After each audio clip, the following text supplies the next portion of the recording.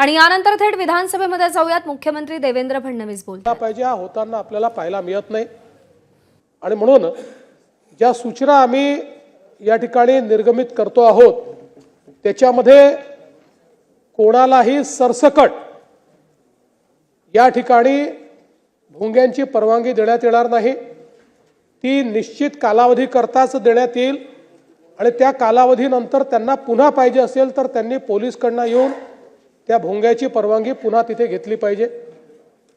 दुसरं, ज्या ठिकाणी उल्लंघन होईल 55 डेसिबल आणि 45 डेसिबलचं त्यांना पुन्हा परवानगी देण्यात येणार नाही। त्यांच्या जे काही भोंगे असतील त्याची जप्ती केली जाईल आणि या संदर्भात ताईंनी जी मागणी केलेली आहे त्या मागणीनुसार याचं तंतोतंत पालन होतं आहे की नाही याची जबाबदारी संबंधित पीआयची असेल। पीआयनी प्रत्येक प्रार्थना स्थळात जाऊन हे चेक केलं पाहिजे की भोंग्याची परवानगी घेतली आहे की नाही। आणि सगळ्यांना आपण मीटर दिलेला आहे, ज्या मीटरवर डेसिबल मोजता येतं ते प्रत्येक पोलीस स्टेशनला अवेलेबल आहे। त्यामुळे अशा प्रकारे ते डेसिबल मोजून त्याच्यावर जर डेसिबलपेक्षा जास्त अशा प्रकारे आवाज येत असेल तर पहिल्या टप्प्यात एमपीसीबीला सांगणे, त्यांच्याकडनं कारवाई करणे आणि दुसऱ्या टप्प्यामध्ये त्यांच्या परवानग्यांना रिन्यू न करणे अशा प्रकारची कारवाई या संदर्भात केली जाईल आणि अतिशय कडकपणे याचं मॉनिटरिंग जे आहे ते केलं जाईल।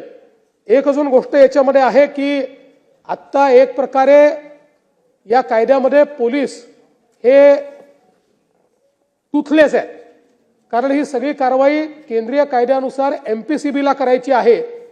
त्यामुळे त्याचे जे नियम आहेत त्या नियमांमध्येही काही बदल करणं अपेक्षित आहे।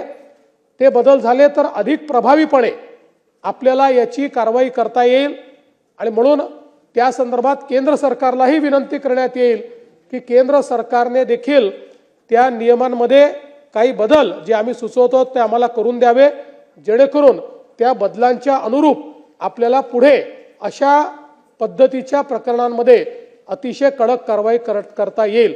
त्यामुळे आता या संदर्भात याचं तंतोतंत पालन केलं पाहिजे, ही जबाबदारी संबंधित पीआयची असेल। त्यांनी ते केलं नाही तर त्यांच्यावर कारवाई होईल। एबीपी माझा, उघडा डोळे बघा नीट।